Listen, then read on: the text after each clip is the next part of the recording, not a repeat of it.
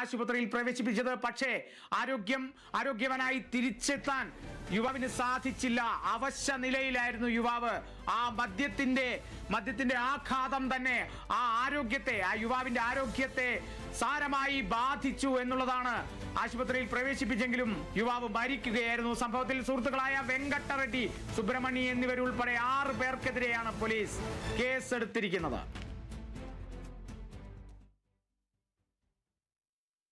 തൃശൂർ പാഞ്ഞാൾ പഞ്ചായത്തിൽ വീടിനുള്ളിൽ വയോധികനെ മരിച്ച നിലയിൽ കണ്ടെത്തി. പാഞ്ഞാൾ സ്വദേശി ചന്ദ്രനെയാണ് മരിച്ച നിലയിൽ കണ്ടെത്തിയത്. മരണകാരണം വ്യക്തമല്ല. പണി ചെയ്യുന്ന സ്ഥലത്ത് നിന്ന് ആളുകളെത്തി അന്വേഷിച്ചപ്പോഴാണ് വീട്ടിൽ മരിച്ച നിലയിൽ കണ്ടത്.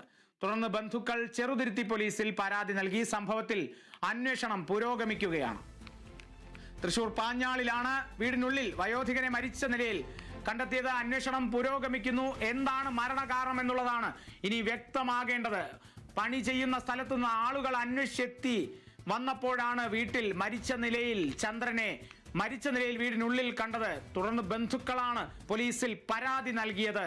അന്വേഷണം കൂടിയേ തീരൂ. അസ്വാഭാവിക മരണമാണ് എന്നുള്ള തരത്തിലാണ് ഉയരുന്നത്. നിഗമനങ്ങളെല്ലാം അത്തരത്തിൽ തന്നെയാണ്. അസ്വാഭാവിക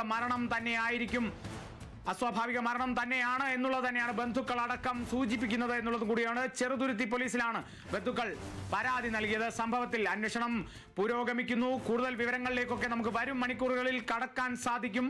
തൃശൂർ പാഞ്ഞാൾ പഞ്ചായത്തിലാണ് വയോധികനെ വീടിനുള്ളിൽ മരിച്ച നിലയിൽ കണ്ടെത്തിയത്. പാഞ്ഞാൾ സ്വദേശി ചന്ദ്രനാണ് മരിച്ച നിലയിൽ കണ്ടെത്തിയത്.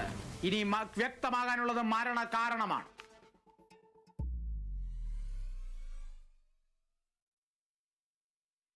പൗരന്മാരെ സ്വന്തം രാജ്യത്തേക്ക് പ്രവേശിപ്പിക്കാതെ പാകിസ്ഥാൻ